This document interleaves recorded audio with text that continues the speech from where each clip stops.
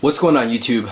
Cejaman back with another Neca Pacific Rim figure, and this is the I want to say it's the third series, and this is the first one that we've gotten so far in 2014. And these are we're getting two at a time. Now the first one we're getting are the kaijus. We're getting Knifehead and we're getting Trespasser, and then the next two is going to be the Jaegers. Now this is like a deluxe figure. I'll show you guys the packaging here in a second, how big the packaging is, and this is basically a redo of Knifehead. The first one we got was just a regular version. This one is a battle damaged version, but the figure is a lot bigger than the original one. And looking at the clamshell packaging here, it does read Knifehead, and you can see it right there in the corner. It does read battle damage, and you can see the figure right there in the packaging. Looks really nice. I'll show you guys here just how big this packaging is. I mean, you can see in my hands and everything, and you can see how huge this packaging is. I mean, it's just a really big clamshell packaging. You can see there's a quick side look, and if we look at the back here, you can see the figure right there, or actually more like some artwork, and it does read Knifehead there, category 3. Right over here we got the other figures that are going to complete this series. I'm not sure why they only gave us 2 at a time, but you can see Kurno Alpha and Coyote Tango are going to be the next 2 we get from this series. And just to give you guys a heads up, these figures are not going to be cheap as the other ones were in price wise, because these are almost like a deluxe figures, so the prices are a little higher. And so just be expecting to pay a little bit more on these figures, but they are just fantastic, and this packaging is just humongous. So what we're going to do is take this figure outside of packaging, and we'll take a closer look at Knifehead. Stay tuned. And here he is, guys, a quick little 360 look at Knifehead. Now this is a very well sculpted, very well painted figure, so we'll get a quick top to bottom look. This guy is definitely a lot better than the first version that we got, and you can just see he has just got loaded with a lot of great detail, and the articulation on this guy is pretty well done. So that's a quick little 360 look. Let's go ahead and take a closer detailed look at Knifehead. Alright, so here is a closer look here. He doesn't come with any accessories, of course, but I don't have the other figures in hand, the original Knifehead. I don't have it in hand, so I can't do a comparison, a size comparison, but take my word for it, guys, this guy is a lot bigger than the original Knifehead. Now looking at him, we'll get a close detailed look at the head sculpt here. Get the camera to pan, and you can see he's got just a lot of great detail going on in the head sculpt and the blood and everything. It almost looks like it would glow. Obviously the figure doesn't. He does have articulation in the mouth. You can even make out that cool like bluish what's the turquoise color inside. Looks like it has a little bit of green in it. You can make out the eyes there, and just like the original Knifehead, the tip or the like the nose part it's not as sharp as the original one was, but it's still, you know, careful with that. It is a little sharp. He's got like a little bit of like a not really, kind of like a metallic paint finish, but it looks just freaking nice. And he's got the yellow outlining throughout the body. You can see part of him is battle damaged, of course. You can make that out there like that. The blood just looks great. You can see it going down through the body here.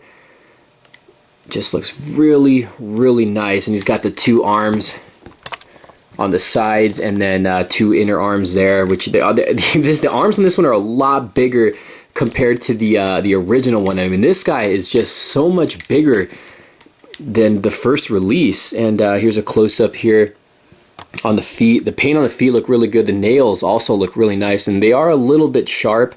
There's a bottom look at the feet there, and you can just see all the great little details they put into making this figure. And then here's the back right here.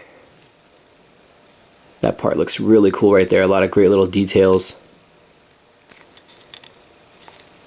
There's the upper part of the back, and the tail, which has kind of like a bendy wire in it, so you can get it in some crazy poses. So this is just a very well done figure. And then here's the arm. The outer arm. It's got the little opening there in the forearm. The hands look actually really cool. You can see that right there. I cannot wait to get the quarter scale version of this guy. I mean, it lights up, so that's going to be really, really cool. This guy is just really badass. The head sculpt, I think, just looks so cool. The battle damage makes this figure just stand out so much more than it already did.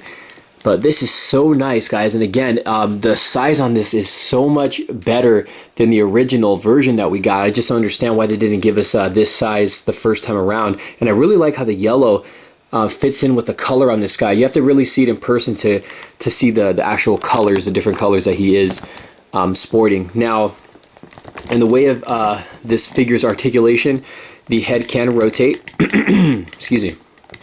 The mouth, again, can open and close.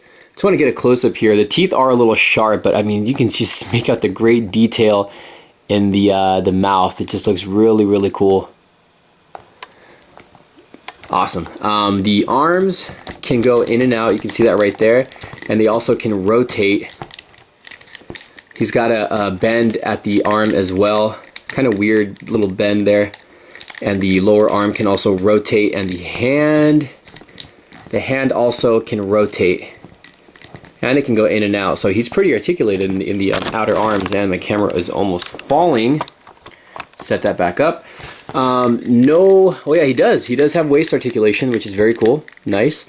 The inner arms have a hand rotation. He's got outer arm has three fingers in the hand. The inner parts have 1, 2, 3, 4, and the hands look really good. I mean, he's got a lot of great little, like, you can see the scales and everything. Just looks really nice. But the inner arms can they have a rotation in the arm. They kind of, yeah, again, they do go in and out. And again, the hand does rotate and go in and out as well. And the other arm is exactly the same.